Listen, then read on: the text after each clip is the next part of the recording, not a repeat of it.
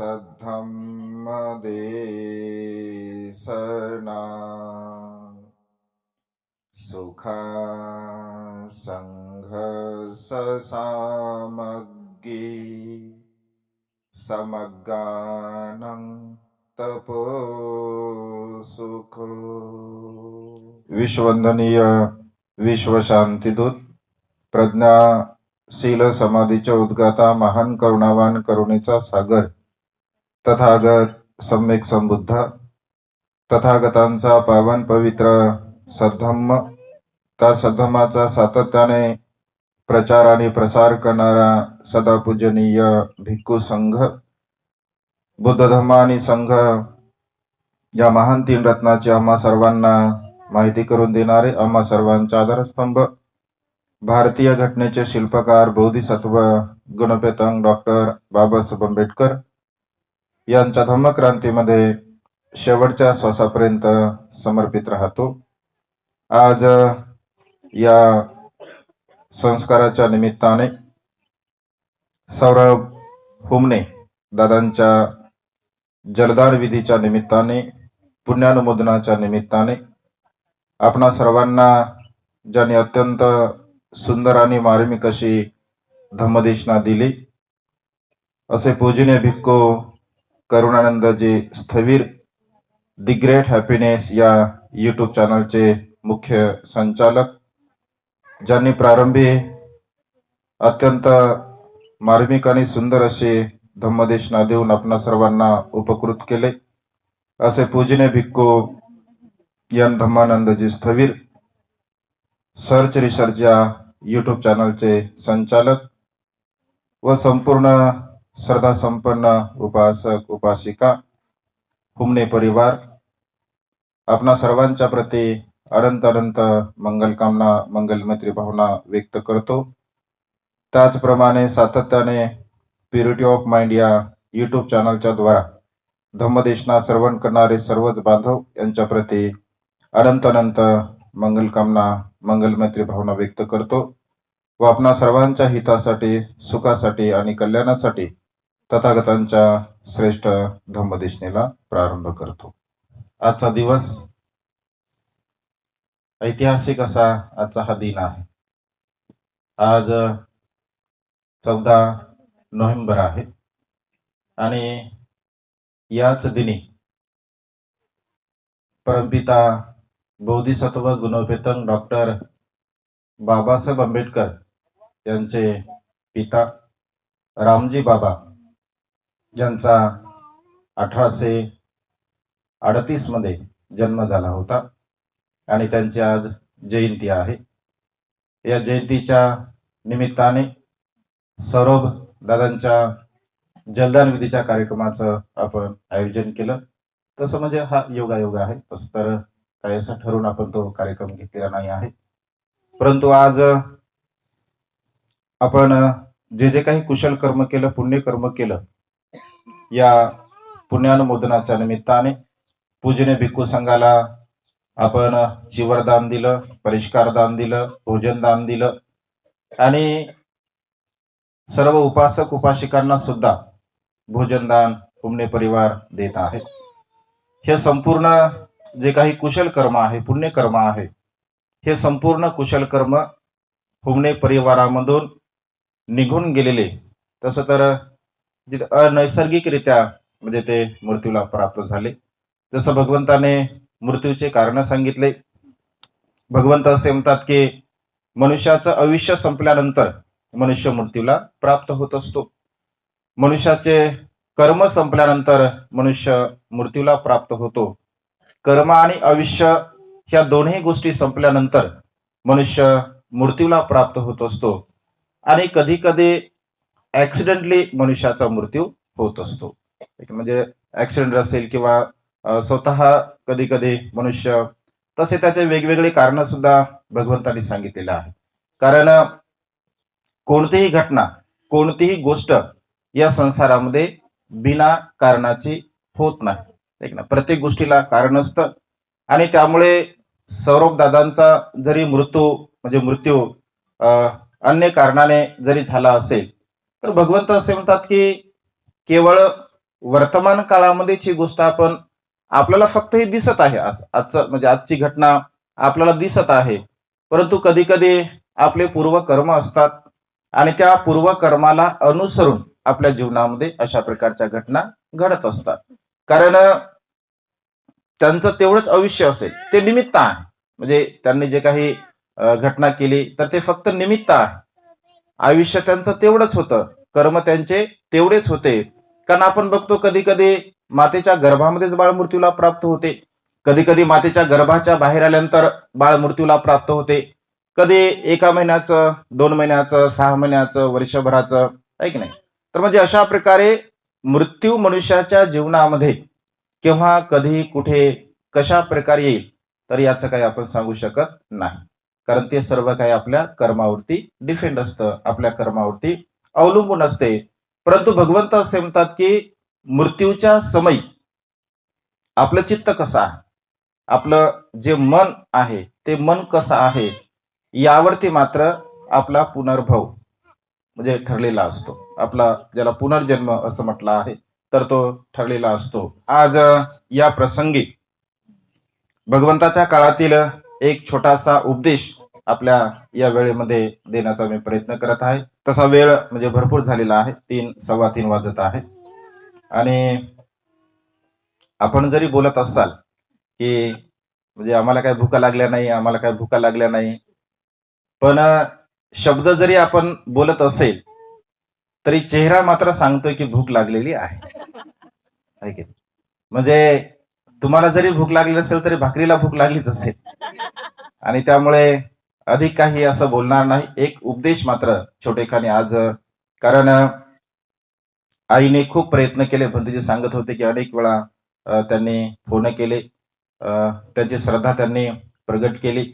आणि खरं तर हे दादांचं सुद्धा कुशल कर्म असेल, पुण्यकर्म असेल की या निमित्ताने 3 बुद्धपुत्र म्हणजे आज या पुण्यानुमोदनाच्या निमित्ताने लाभलेले आहे.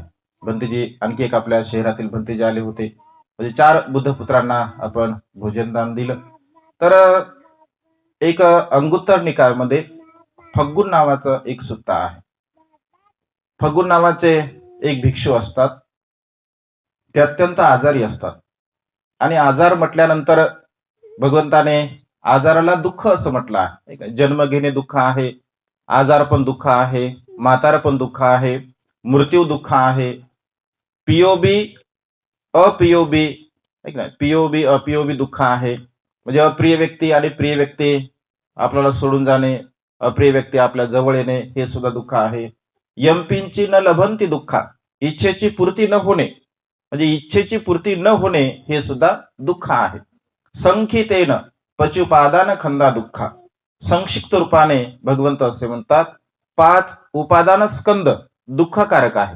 रूप, वेदना, संज्ञा, संस्कार आणि विज्ञान या 5 उपादान स्कंदाच्या आधाराने मनुष्य पुन्हा पुन्हा या संसारामध्ये जन्म घेत असतो. आणि भगवंत असे म्हणतात की हे उपादान स्कंद जोपर्यंत आपण त्याला समजत नाही, जाणत नाही, त्याला नष्ट करत नाही, तोपर्यंत आपण पुन्हा पुन्हा या संसारामध्ये जन्म घेत असतो. आणि त्यामुळे हे 5 उपादान स्कंदच दुःखकारक आहे. तर फग्गुन नावाचे भिक्खू खूप आजारी असतात आणि आनंद भंते त्यांना भेटण्यासाठी जातात. भेटण्यासाठी गेल्यानंतर आनंद भंतेंना खूप म्हणजे त्यांच्या प्रती करुणा उत्पन्न होते. आणि करुणा उत्पन्न झाल्यामुळे आनंद भंते पुन्हा भगवंताकडे येतात. आणि भगवंताकडे आल्यानंतर भगवंताला म्हणतात की भगवान, फग्गुन नावाचे भिक्खू अत्यंत आजारी आहे, ते अत्यंत दुःखी आहेत, अत्यंत कष्टी आहेत. भगवान, जर आपण त्यांना भेटायला गेलात तर भगवान बरे होईल. अशा प्रकारे आनंद भंते भगवंताला विनंती करत असतात. भगवंत काहीच बोलत नाहीत, मुख संमती देतात. आणि सायंकाळच्या प्रहरी भगवंत फग्गुन भिक्खूंना भेटण्यासाठी त्यांच्या निवासस्थानी जात असतात. तिथे गेल्यानंतर ते अत्यंत आजारी असतात, परंतु भगवंताचा सन्मान आहे आणि भगवंत आपल्याकडे आलेले आहेत. म्हणजे भगवंत प्रत्यक्ष आपल्याकडे येणे म्हणजे किती मोठं त्याचं कुशल कर्म आहे, त्यांचं किती पुण्यकर्म आहे. कारण भगवंत अत्यंत महान करुणावान होते. जसं भंतेजींनी सांगितलं की भगवंत म्हणजे आपल्यामध्ये कशा प्रकारचे सद्गुण असावे, तर करुणा ही आपल्या चित्तामध्ये असली पाहिजे. जे दुःखी असतात, कष्टी असतात, भयग्रस्त लोक असतात, तर अशा लोकांच्या प्रती आपल्या मनामध्ये दया असली पाहिजे, करुणा असली पाहिजे, मैत्री असली पाहिजे. आणि भगवंत तर अनंत मैत्रीचे, अनंत करुणेचे सागर होते भगवंत. आणि भगवंताला असं सांगितल्याबरोबर भगवंत सायंकाळच्या प्रहरी फग्गुनला भिक्षूंना भेटण्यासाठी जात असतात. तिथे गेल्यानंतर भगवंताला तो पाहतो आणि एवढ्या आजारीपणामध्ये सुद्धा भगवंत आले, भगवंताचा रिस्पेक्ट आपण केला पाहिजे, सन्मान केला पाहिजे, म्हणून ते उठून उभे राहण्यासाठी प्रयत्न करू लागले. तेव्हा भगवंत असे म्हणतात की फग्गुन उठू नका, तुम्ही आजारी आहात. एक छोटस आसन जे अगोदर ठेवलेलं होतं, तर त्या आसनावरती मी बसेल. आणि त्या आसनावरती भगवंत बसत असतात. आसनावरती बसल्यानंतर भगवंत फग्गुन भिक्षूंना उद्देशून म्हणतात की फग्गुन, तुमचा आजार बरा आहे ना? तुम्हाला वेदना तर होत नाही ना? तुमचं दुःख कमी होत आहे ना? तुमच्या वेदना कमी होत आहे ना? तुम्हाला त्रास तर होत नाही ना? तुमचा त्रास कमी होत आहे ना? अशा प्रकारे भगवंत त्यांना प्रश्न विचारत असतात. तेव्हा फग्गुन भिक्खू अत्यंत दुःखी मनाने भगवंताला म्हणतात, भगवान, माझ्या वेदना बिलकुल कमी होत नाही. भगवान, मला अत्यंत दुःख होत आहे, मला अत्यंत कष्ट होत आहे. भगवान, मला अत्यंत पीडा होत आहे आणि या पीडेने मी विव्हळत आहे, मला अनेक प्रकारचं दुःख होत आहे. अशा प्रकारे भगवंताला तो बोलत असतो. भगवंत भगवंत असतात. आणि भगवंत मनुष्याचं जीवन कसं दुःखी आहे, मनुष्याच्या जीवनामध्ये कशा प्रकारचं हे दुःख उत्पन्न होत आहे, आणि या दुःख स्थितीला आपण कशा प्रकारे समजून घ्यावं. कारण मनुष्याच्या जीवनामध्ये उत्पन्न होणारं जे दुःख आहे, आता जसं हुमणे आईला दुःख झालं दादा जाण्यामुळे, आणि साहजिक आहे, जर आपला पुत्र असेल, आपली पुत्री असेल, आपले माता असतील, आपले पिता असतील, किंवा आपले कोणते अपतेष्ट असतील, तर अपतेष्ट आपल्यामधून निघून गेल्यानंतर आपल्याला दुःख होत असते. हा स्वाभाविक धर्म आहे, मानवी मनाचा हा स्वाभाविक धर्म आहे. मनुष्याला दुःख होतच असते. परंतु भगवंत असे म्हणतात, दुसऱ्या बाजूने जर आपण विचार केला, दुःख तर होतच आहे आणि दुःख झालंही पाहिजे. दुःख का होतं? कारण आपलं ब्लड रिलेशन असतं, म्हणजे आपले रक्ताचे संबंध असतात, आणि रक्ताचे संबंध असल्या कारणाने आपल्याला ते दुःख होत असते. पण दुसऱ्या बाजूने जर आपण विचार केला, तर भगवंत असे म्हणतात, आपल्या प्रज्ञेला आपण जागरूक ठेवून दुसऱ्या बाजूने विचार केला पाहिजे की जन्मास येणारा प्रत्येक सत्व, प्रत्येक मनुष्य एक ना एक दिवस मृत्यूला प्राप्त होणार आहे. म्हणजे जन्म घेणे जेवढं सत्य आहे, जन्म घेणे जेवढं सत्य आहे, तेवढंच मृत्यूला प्राप्त होणे सत्य आहे. या सत्याला जर आपण स्वीकारलं, तर मनुष्याला उत्पन्न होणारं जे दुःख आहे, तर ते दुःख कमी होत असते. ते दुःख मनुष्य अधिक काही करत नाही, कारण त्याला जाणणं महत्वाचं आहे. जसं दादा गेल्यामुळे आईला दुःख झालं, पण भिक्खू संघाच्या धम्मदेशना वारंवार वारंवार वारंवार त्यांनी श्रवण केल्यामुळे दुःख मनुष्याने कसं नष्ट करावं, कसं कमी करावं, या संदर्भामध्ये अनेक धम्मदेशना त्यांनी श्रवण केल्या. जसं बनतेजी नेहमी उदाहरण देतात, आम्ही सुद्धा नेहमी उदाहरण देतो आमच्या त्यांना पुण्याच्या आईचं. त्यांचा एकुलता एक मुलगा मृत्यूला प्राप्त झाला, परंतु आपल्या सोबत जर धम्म असेल, आपल्या सोबत जर धम्म असेल, धम्म तत्वज्ञान असेल, आणि आपली प्रज्ञा जर आपण विकसित केली असेल, तर आपल्याला होणारं जे दुःख आहे ते पूर्णपणे आपण नष्ट करू शकतो. पटाचारीचं दुःख नष्ट झालं, किसा गौतमीचं दुःख नष्ट झालं. अनेक उदाहरणं आपल्याला बौद्ध साहित्याचं भंतेजीने सुरुवातीला एक उदाहरण दिलं. म्हणजे अनेक प्रकारचे बौद्ध साहित्यामध्ये असणारे उदाहरणं आपल्याला पाहायला मिळतात की मनुष्याच्या जीवनामध्ये उत्पन्न होणारं दुःख हे केवळ आणि केवळ बुद्ध तत्वज्ञानामुळेच नष्ट होऊ शकते, अन्य कोणत्याही गोष्टीमुळे नष्ट होऊ शकत नाही. आणि त्यामुळे फग्गुनला भगवंत उपदेश करतात. कशाचा उपदेश करतात? जसं रूप आहे, वेदना आहे, संज्ञा आहे, संस्कार आहे, ही जे काही रूप आहे, हे रूप सर्व काही नष्ट होणार आहे. या वेदना आहे, ह्या वेदना नष्ट होणाऱ्या आहे, हे संस्कार आहे, हे संस्कार नष्ट होणारे आहे. म्हणजे रूप, वेदना, संज्ञा, संस्कार आणि विज्ञान हे सर्व काही नष्ट होणार आहे. हे क्षणभंगुर आहे, हे परिवर्तनशील आहे, क्षणाक्षणाला हे बदलणार आहे. अशा प्रकारचा गंभीर उपदेश भगवंत दुःखाच्या संदर्भामध्ये फग्गुन भिक्खूला देत असतात. एक तर ते भिक्षू असतात, शील पालन करणारे असतात, कुशल कर्म करणारे असतात आणि भगवंताचा उपदेश अत्यंत प्रसन्न चित्ताने ते श्रवण करत असतात. प्रसन्न चित्ताने भगवंताचा उपदेश मृत्यूच्या समयी आपल्याला श्रवण करायला मिळणे किती पुण्याची गोष्ट आहे. म्हणजे फग्गुन नावाचा भिक्खू किती पुण्यवान असेल की भगवंताचा उपदेश त्याला शेवटच्या क्षणी म्हणजे मृत्यूच्या शेवटच्या क्षणी ऐकायला मिळाला. अनाथ पिंडक भगवंताची अनेक वर्षापर्यंत सेवा करतात.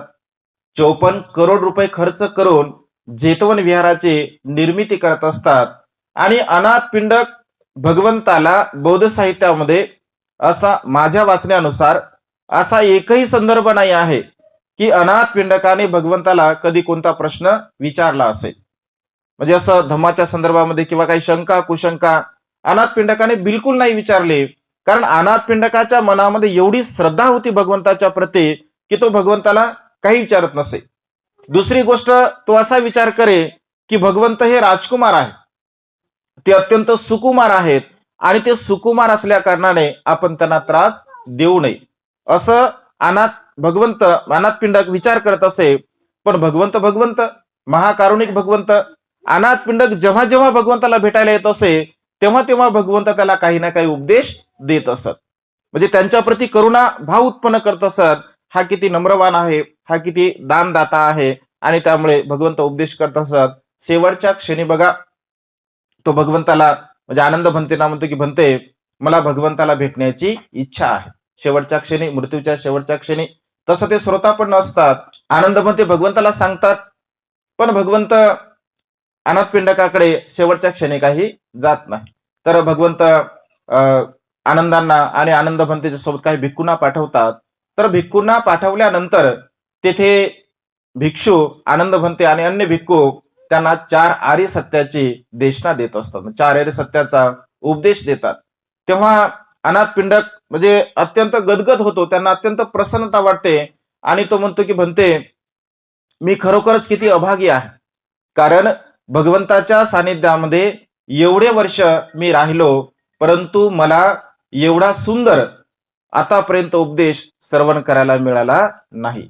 छोटे छोटे उपदेश भगवंत त्यांना देत असत परंतु मृत्यूच्या समयी 4 आर्य सत्याची देशना त्याने श्रवण केली. जगामध्ये दुःख आहे, दुःखाचं कारण आहे, दुःखाचं निवारण आहे, दुःखातून मुक्त होण्याचा मार्ग आहे आणि तो प्रसन्न चित्ताने त्या ठिकाणी मृत्यूला प्राप्त होत असतो. अगदी तशाच प्रकारे हा फग्गुन नावाचा जो भिक्खू असतो, जेव्हा भगवंत त्याला उपदेश करतात, उपदेश केल्यानंतर त्याचं मन अत्यंत प्रसन्न होते, अत्यंत आनंदी होते आणि प्रमुदित त्याचं चित्त झाल्यानंतर भगवंत निघून जात असतात.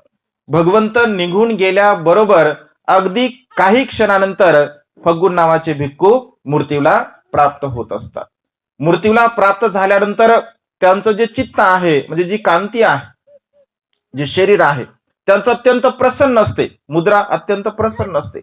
म्हणजे मृत्यूच्या समयी मनुष्यांचा जो चेहरा असतो, फेस असतो किंवा मनुष्याची जी बॉडी असते, तर तो मनुष्य कोणत्या चित्ताने म्हणजे कशा प्रकारच्या चित्ताने मृत्यूला प्राप्त झाला. कारण आता आपण संसारिक जीवन जगता अनेक लोकांचे आपण मृत्यू बघितले असतील.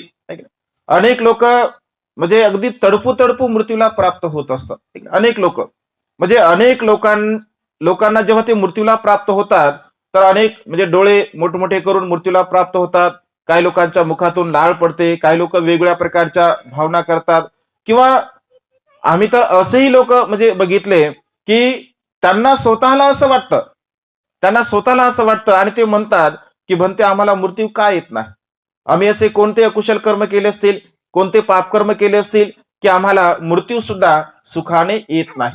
आणि काही लोक सहज मृत्यूला प्राप्त होतात, म्हणजे कोणत्याही प्रकारे त्यांना त्रास होत नाही, स्वतःला त्रास होत नाही, इतरांना त्रास होत नाही आणि लगेच ते मृत्यूला प्राप्त होत असतात. आणि लोक मग हळहळ व्यक्त करतात, अरे म्हणतात कालच तो आमच्यासोबत बोलला, कालच आम्ही भेटलो, कालच आम्ही गप्पा केल्या आणि ते मृत्यूला प्राप्त झाले. जसं भंतेजीने उदाहरण सांगितलं, आमचे पाटील सर आहेत, त्यांच्या मिसेस म्हणजे अ, आता या 1 महिन्यामध्ये मृत्यूला प्राप्त झाल्या.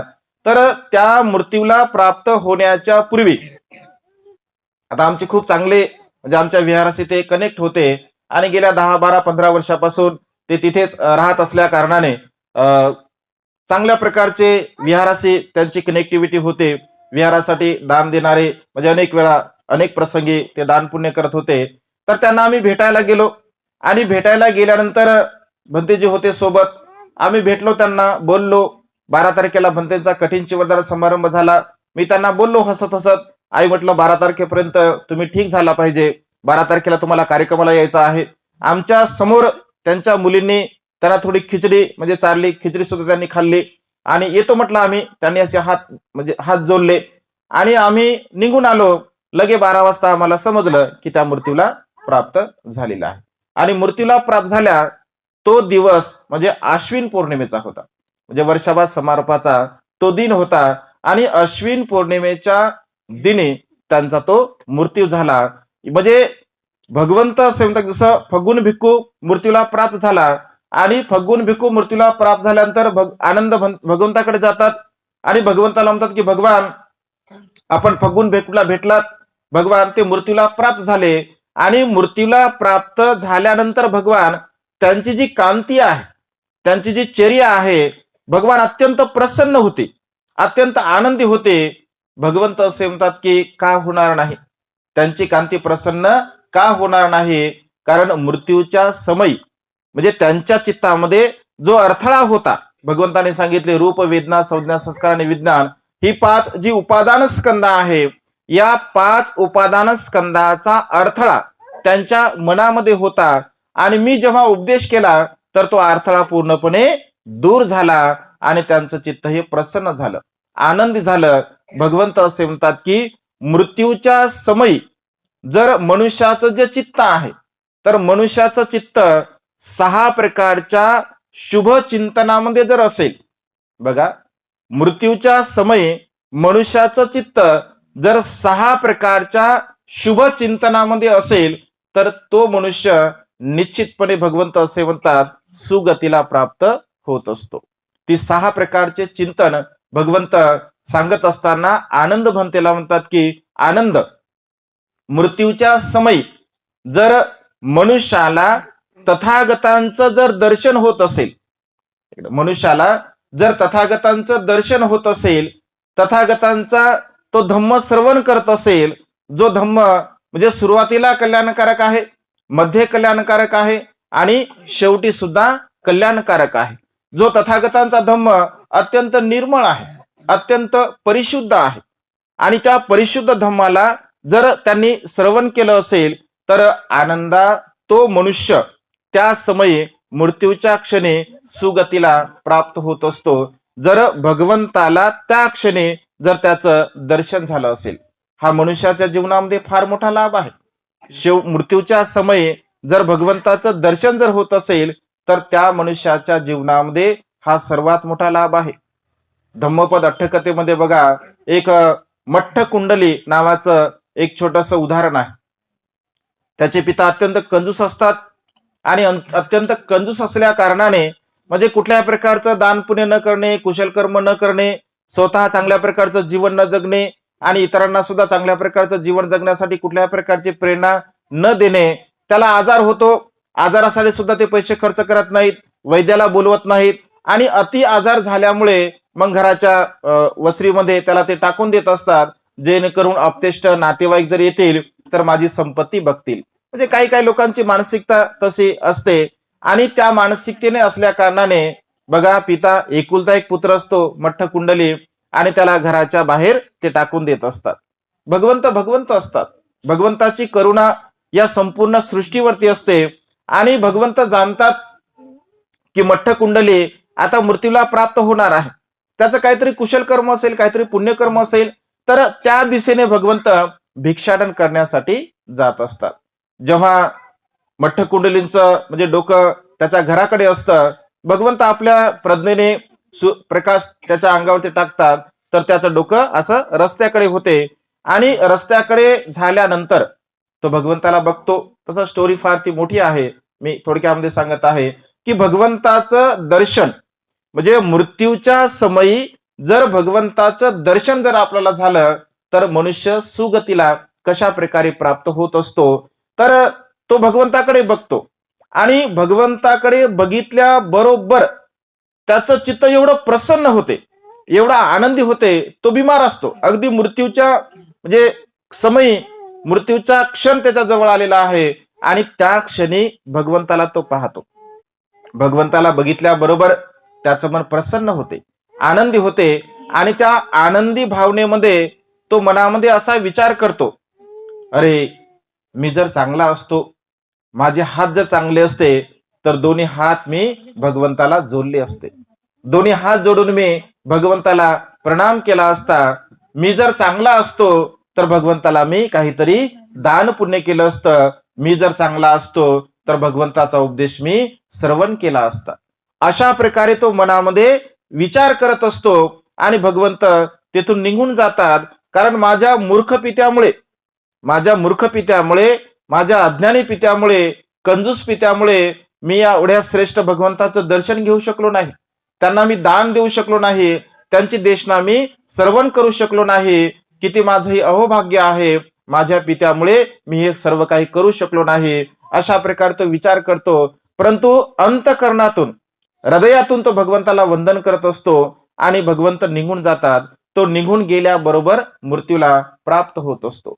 जेव्हा भगवंताला समजतं, असं म्हटलं आहे की ते देवतागतीला प्राप्त होत असतो. जेव्हा त्याचे पिता भगवंताला विचारतात की असं होऊ शकते का, भगवंताला दान न देता, शील पालन न करता, कुठल्या प्रकारचा धम्म श्रवण न करता, कोणत्याही प्रकारचं कुशल कर्म न करता मनुष्य देवतागतीला प्राप्त होऊ शकतो.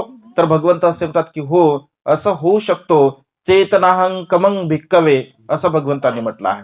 म्हणजे मनुष्याची जी चेतना आहे, आपलं जे चित्त आहे, आपलं चित्त मृत्यूच्या समयी आपलं चित्त कसं असतं, कोणत्या गोष्टीमध्ये असतं, यावरती अवलंबून आहे की आपलं चित्त कसं आहे. म्हणजे मृत्यूच्या समयी जर भगवंताचं दर्शन घेतलं असेल तर मनुष्याच्या जीवनामधला हा पहिला शुभ लाभ आहे, असं भगवंतांनी म्हटलं आहे. त्यानंतर भगवंत असे म्हणतात, जर मृत्यूच्या समयी समजून घ्या भगवंताचं दर्शन झालं नाही, परंतु भगवंताच्या श्रावक संघाचं दर्शन झालं, म्हणजे भिक्खूंचं जर मृत्यू समयी जर दर्शन झालं असेल तरी सुद्धा त्याच्या जीवनामधला तो अनंत असा लाभ आहे. कारण भगवंताचं दर्शन म्हणजे भिक्खूंचं दर्शन होणे म्हणजे भगवंताचं दर्शन होणे. जसं आई म्हणजे योगायोग कसे असतात बघा, म्हणजे मी पुस्तक चालताना खरं तर म्हणजे काय असं काय नियोजित नव्हतं माझं की हे उपदेश करायचा. सहज मी पुस्तक चालत होतो, तर पुस्तक चालता चालता मी ते वाचलं आणि ते योगायोगाने त्या गोष्टी जुळाल्या, म्हणून तो हा उपदेश मी इथे म्हणजे सांगत आहे. आई घरी आल्या म्हणजे असं बोलल्या की जसं की भगवंत आमच्या घरी, म्हणजे भगवंताला तर आम्ही बघितलं नाही किंवा भगवंताच्या काळामध्ये आम्ही जन्मास आलो किंवा नाही आलो आम्हाला काही माहिती नाही, परंतु म्हणते तुम्हाला बघितल्यानंतर आम्हाला असं वाटतं की आमच्या घरी भगवंत आले आहे. म्हणजे चिवर, ही जे चिवर असतं हे चिवर भगवंताची ध्वजा आहे, भगवंताची ध्वजा आहे. म्हणजे चिवरधारी भिक्षू म्हणजे कोणताही असो, म्हणजे तो ज्ञानी असो, तो विद्वान असो, तो पंडित असो, म्हणजे असं नाही आहे किंवा विद्वानच असला पाहिजे अशातला बिलकुल भाग नाही आहे. ज्यांच्या अंगावरती काशाय वस्त्र आहे तो भिक्षू मात्र पूजनीय आहे. भगवंताच्या काळामध्ये सुद्धा अशा प्रकारचे ज्ञानी भिक्षू होते. ऐक ना, पटिशेंचं उदाहरण आपण बघतो, केवळ एक गाथा त्यांना पाठ होते. परंतु मनुष्याच्या जीवनामध्ये म्हणजे काशाय वस्त्र परिधान करणे, अंगावरती येणे हे महान आणि असीम असं पुण्य असतं. काहीतरी पूर्व जन्माचं पुण्य असेल आणि त्या पूर्व जन्मामुळे ह्या सर्व काही गोष्टी म्हणजे प्राप्त होत असतात. आम्ही तर स्वतःला धन्य समजतो की बोधिसत्वाच्या धम्मक्रांतीमध्ये आम्हाला समाजसेवा करायची ही संधी उपलब्ध झाली आहे. आमच्या माता पित्याचे सुद्धा अनंत उपकार आहेत, कारण त्या माता पित्यांनी हा त्याग केला, म्हणजे त्यांनी तशा प्रकारच्या त्यागाची भावना मनामध्ये निर्माण केली आणि त्यामुळे ह्या सर्व काही गोष्टी आम्ही करू शकतो. तर मनुष्याच्या जीवनामध्ये भगवंत असे म्हणतात की भगवंताचं दर्शन घेतलं सुखकर आहेच आहे, परंतु भगवंताच्या श्रावक संघाचं दर्शन घेणे हे सुद्धा सुखकारक आहे. त्यांच्याकडून धम्मदेशना श्रवण करणे हे सुखकारक आहे. कारण भगवंताची देशना भिक्षू जरी सांगत असतील तर मनाचं काही सांगत नाही. म्हणजे इथे मनाचं आपल्या स्वतःच्या पदरचं काहीच नाही आहे, हे सर्व काही भगवंताने सांगितलं आहे. आणि त्यामुळे भगवंताचा उपदेश हा सुरुवातीला सुद्धा कल्याणकारक असतो, मध्ये सुद्धा कल्याणकारक असतो आणि शेवटी सुद्धा कल्याणकारक असतो. उदाहरण देत असताना जसं ऊस असतो बघा, ऐक ना, ऊसाचा गोडवा हा सुरुवातीला सुद्धा गोडवा असतो, मध्यंतरी सुद्धा गोडवा असतो आणि शेवटीही गोडवा असतो. पण फरक असतो, ऐक ना, सुरुवातीच्या गोडव्यामध्ये फरक असतो, मध्यंतरीच्या गोडव्यामध्ये फरक असतो आणि शेवटच्या गोडव्यामध्ये सुद्धा फरक असतो. शेवटचा गोडवा जसं पुरणपोळी शेवटी दिली आहे ना, म्हणजे त्या पुरणपोळी सारखा तो शेवटचा गोडवा असतो. का असं असते? कारण सुरुवातीला भगवंताची जी देशना करण्याची पद्धती आहे, सुरुवातीला भगवंत दान सांगायचे, सील सांगायचे, लोकांचं चित्त प्रसन्न करायचे आणि प्रसन्न चित्त झाल्यानंतर भगवंत मग चार आर्य सत्याची देशना देत असत. म्हणजे सुरुवातीला प्रायमरी जे धम्म आहे, छोट्या मोठ्या ज्या गोष्टी असतात त्याचं आचरण करायचं असतं, त्याच्यानंतर मध्यम तत्वाला जाणायचं असतं आणि शेवटी मात्र चार आर्य सत्याला आपण यथार्थ रूपाने समजून घ्यायचं असते. आणि चार आर्य सत्याला यथार्थ रूपाने जर आपण समजून घेतलं तर दुःखमुक्तीच्या मार्गाकडे आपण वाटचाल करत असतो. आणि त्यामुळे भगवंताच्या धम्माला ऊसाची उपमा दिल्या गेली आहे. ऊस हा सर्वतः गोड असतो, अगदी तशाच प्रकारे भगवंताचा धम्म सुद्धा सुरुवातीला, मध्यम आणि शेवटी सुद्धा कल्याणकारक असतो. आणि त्यामुळे मृत्यूच्या समयी जर भगवंताचं दर्शन झालं नाही, परंतु भगवंताच्या श्रावक संघाचं दर्शन जरी झालं असेल तरी सुद्धा त्याच्या जीवनातील हा दुसरा शुभ परिणाम आहे, सुगतीला घेऊन जाणारा परिणाम आहे. त्यानंतर तिसरा शुभ परिणाम भगवंत सांगतात, भगवंताचं दर्शन झालं नाही, श्रावक संघाचं सुद्धा दर्शन झालं नाही, परंतु आपण केलेल्या कुशल कर्माचं जरी आपल्याला चिंतन झालं, भगवंताचं दर्शन नाही झालं, भिक्खू संघाचं दर्शन नाही झालं, परंतु केव्हा तरी कधीतरी आपण एखादं कुशल कर्म केलं असेल आणि त्या कुशल कर्माचं आपण चिंतन केलं, मनन केलं, त्याला जाणलं मृत्यूच्या समयी. बघा, ही अत्यंत महत्वपूर्ण गोष्ट आहे. म्हणजे मृत्यूच्या समयी आता छोटे मोठे आपण कुशल कर्म करत असतो, पुण्यकर्म करतच असतो, परंतु त्या क्षणी, कारण मृत्यूच्या समयी म्हणजे बहुतांश म्हणजे 99.99% लोकांचं जे चित्त असतं कशामध्ये असते? मृत्यूच्या समयी कशामध्ये असते चित्त? एक तर आपल्या पैशामध्ये असते, कारण थोडा थोडा जमा केला असतो, पोटाला मारून जमा केला असतो, ऐकलं, आपल्या इच्छा आकांक्षा मारून जमा केला असतो. आणि मग त्यांना असं वाटतं की अरे आता एवढं मोठं कमावलं, याला सगळं आता सोडून जावं लागते. आणि सर्व काही त्यांचं चित्त त्या संपत्तीमध्ये असते, त्या घरामध्ये असते किंवा मुलाबाळांमध्ये असते. कधी कधी लोक म्हणतात की माझी मुलगी लय दूर आहे, जोपर्यंत ती येत नाही तोपर्यंत मी काही मरत नाही. जसं बाबा कधी कधी असं म्हणतात की माझा मुलगा लय दूर राहतो, असं होतं ते, कारण चित्त तशा प्रकारचं असतं. जसं रामजी बाबा सुद्धा म्हणतात की भिवाचं मला, म्हणजे माझ्या भिवाची मला भेट झाली पाहिजे, शेवटची भेट झाली पाहिजे, आहे की नाही. आणि शेवटची भेट झाल्यानंतर रामजी बाबा मृत्यूला प्राप्त होत असतात. तर ही संसारिक लोकांची इच्छा असते आणि ती साहजिकच आहे. परंतु भगवंत असे म्हणतात, आपली प्रज्ञा जर आपण विकसित केली, आपल्या बुद्धीला जर आपण विकसित केलं, या भौतिक गोष्टीमधून जर आपल्या चित्ताला थोडस आपण बाजूला केलं आणि माझ्या जीवनामध्ये मी किती कुशल कर्म केले, मी किती पुण्यकर्म केले, मी किती दानकर्म केले, मी किती परोपकार केला, या सर्व प्रकारच्या गोष्टींचं मृत्यूच्या समयी जर तुम्ही चिंतन केलं, मनन केलं की या प्रसंगी हे मी कुशल कर्म केलं होतं.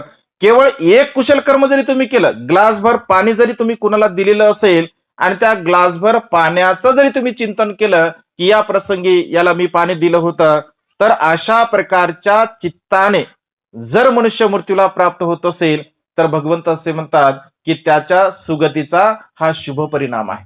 कारण त्याचं चित्त लोभामध्ये नाही आहे, त्याचं चित्त रागामध्ये नाही आहे, त्याचं चित्त मोहामध्ये नाही आहे, त्याचं चित्त क्रोधामध्ये नाही आहे, कोणत्याही प्रकारच्या अकुशल विचारामध्ये त्याचं चित्त नाही आहे.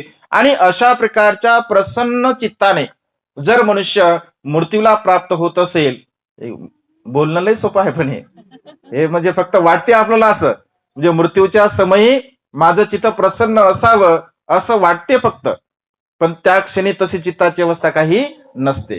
कारण होते असं, ज्या लोकांसोबत आपलं पटत नाही तेच लोक आपल्या समोर दिसतात, ऐक ना. म्हणजे ते येतात आजारी आहे म्हणून पाहण्यासाठी येत असतात, वास्तविक त्यांचा उद्देश चांगला असतो आणि त्यांना पाहतात. आता त्यांना पाहिल्यानंतर ज्यांच्यासोबत आयुष्यभर आपलं पटत नाही आहे, ज्यांच्यासोबत आपला वाद झालेला आहे, भांडण झालंय, तंट झालेला आहे, अशा व्यक्तीला जर समोर पाहिलं तर खरंच सांगा, मन प्रसन्न असेल का? प्रसन्न राहू शकत नाही. कारण तेवढी समता काही त्या क्षणी मनुष्या चित्तामध्ये राहू शकत नाही. पण जर मनुष्याची प्रज्ञा जर विकसित असेल, मनुष्याला जर धम्माचं ज्ञान असेल, धम्माचं आकलन असेल, तर त्या क्षणी मात्र आपलं चित्त आपण आपल्या कुशल कर्मामध्ये गुंतवलं पाहिजे. मी हे कुशल कर्म केलं होतं, मी हे पुण्य कर्म केलं होतं. कारण छोटं मोठं कुशल कर्म जरी असेल तरी सुद्धा ते आपल्या दुःख मुक्तीसाठी सहाय्यक ठरत असते. एकदा एक व्यक्ती भगवंताकडे येतो, म्हणजे चिवर घेण्यासाठी येत असतो, तर तो कधी कुठल्या प्रकारचं कुशल कर्म करत नाही, पुण्यकर्म करत नाही. आणि भिक्षू त्याला, कारण त्याने कधीच कर्म केलं नसतं चांगलं, त्याच्यामुळे भिक्षू काय त्याला चिवर देण्यासाठी तयार नसतात. शेवटी तो भगवंताकडे येतो आणि भगवंत भिक्षूंना उद्देशून म्हणतो की भिक्षूंनो, तुम्हाला कोणाला आठवते का की या व्यक्तीने कधी कुशल कर्म केलं होतं, पुण्यकर्म केलं होतं, कुणाला दान दिलं होतं? त्या संपूर्ण भिक्खू संघामध्ये सारीपुत्र म्हणतात की हो भगवान, मला एकदा या व्यक्तीने सुका भात दिला होता. भगवंत असे म्हणतात त्या पुण्याच्या बलाने तो चिवराचा अधिकारी होऊ शकतो. म्हणजे बघा किती छोटं कर्म आहे. म्हणजे मनुष्याच्या जीवनामध्ये अगदी छोटस कर्म जरी असेल तरी ते कर्म दुःखमुक्तीच्या मार्गाकडे घेऊन जाण्यासाठी आपल्याला सहाय्यक ठरत असते. आणि त्यामुळे मृत्यूच्या समयी आपलं चित्त हे प्रसन्न असावं, आनंदी असावं, हा मनुष्य जीवनाचा शुभ तिसरा लाभ आहे. त्यानंतर चौथा लाभ सांगताना भगवंत असे म्हणतात की मनुष्याच्या जीवनामध्ये जो निर्वाणगामी मार्ग आहे, तथागतांचे आपण देशना श्रवण करत असतो, भिक्खू संघाचे आपण देशना श्रवण करत असतो, आपण कुशल कर्म करतो, पुण्यकर्म करतो, चांगले कर्म करतो. आणि चांगले कर्म करत असताना अशा प्रकारचं या सर्व गोष्टीचं आपण चिंतन करतो की मला दुःखमुक्तीच्या मार्गाकडे जायचं आहे, मला विमुक्तीच्या मार्गाकडे जायचं आहे. कारण माझ्या जीवनाचा जो उद्देश आहे, माझ्या जीवनाचा उद्देश हा दुःखमुक्त होणे आहे. या सर्व प्रकारच्या तृष्णेला नष्ट करणे हा माझ्या जीवनाचा उद्देश आहे. या गोष्टीचं तो चिंतन मनन जर मृत्यूच्या समयी करत असेल, कारण हे सर्व चिंतन, हे साही प्रकारचं जे चिंतन आहे ते चिंतन फग्गुन भिक्खूने मृत्यू समय केलं होतं. मृत्यूच्या समय त्याने हे चिंतन केलं आणि मृत्यूच्या समय चिंतन केल्यामुळे त्यांची कांती पूर्णपणे प्रसन्न होते, पूर्णपणे आनंदी होते. आणि त्यामुळे आपण केलेल्या कुशल कर्माच्या संदर्भामध्ये आपण मुक्तीचं चिंतन करण्याचा प्रयत्न केला पाहिजे. आणि जो मनुष्य अशा प्रकारच्या मुक्तीचं चिंतन करत असतो तर तो पूर्णतः सुगतीच्या अवस्थेकडे हे चिंतन त्याला घेऊन जात असते. हा चौथा शुभ परिणाम त्या मनुष्याचा आहे. त्यानंतर पाचवा शुभ परिणाम, तो जाणतो की मी भगवंताची देशना अनेक वेळा श्रवण केली आहे, मी भिक्खू संघाची देशना अनेक वेळा श्रवण केली आहे आणि ती देशना अत्यंत कल्याणकारक होती, अत्यंत सुखकारक होती. ती देशना भगवंताने अत्यंत परिशुद्धपणे दिलेली होती. त्यावरती तो विश्वास ठेवतो, म्हणजे भगवंताच्या देशनेवरती तो विश्वास ठेवतो, श्रावक संघाच्या देशनेवरती तो विश्वास ठेवतो. कारण विश्वास अत्यंत महत्वपूर्ण आहे. विश्वास प्रमा याती, भगवंताने असं म्हटलं आहे. जर भगवंतावरती विश्वास नसेल, भगवंताच्या धर्मावरती विश्वास नसेल, भगवंताच्या संघावरती विश्वास नसेल, तर मनुष्याच्या जीवनामध्ये दुःखमुक्तीच्या मार्गाकडे आपण कधीही वाटचाल करू शकत नाही, जर विश्वास आपला नसेल. आणि त्यामुळे तो विश्वासपूर्वक असं जाणतो की भगवंताने दिलेली देशना, भगवंताच्या श्रावक संघाने दिलेली देशना मी माझ्या जीवनामध्ये ती परिशुद्ध आहे निर्मळ आहे, अशा प्रकारचं तो जाणतो, चिंतन मनन करतो, तर भगवंत असे म्हणतात की मृत्यूच्या समयी असं जर त्याचं चिंतन असेल तर तो सुखाच्या अवस्थेला प्राप्त होत असतो, सुगतीला तो प्राप्त होत असतो. हा त्याचा 5वा शुभ परिणाम आहे. 6वा शुभ परिणाम सांगताना भगवंत असे म्हणतात, तथागतांची त्याने धम्मदेशना श्रवण केली, त्याने श्रावक संघाची धम्मदेशना श्रवण केली आणि कळत नकळत त्याने जे जे काही कुशल कर्म केले, पुण्यकर्म केले, या संपूर्ण पुण्यकर्माचं त्या क्षणी तो चिंतन मनन करत असेल की या क्षणी मी अशा अशा प्रकारचं कुशल कर्म केलं होतं, या क्षणी मी अशा अशा प्रकारचं पुण्यकर्म केलं होतं, असं सतत सतत तो चिंतन करत असेल.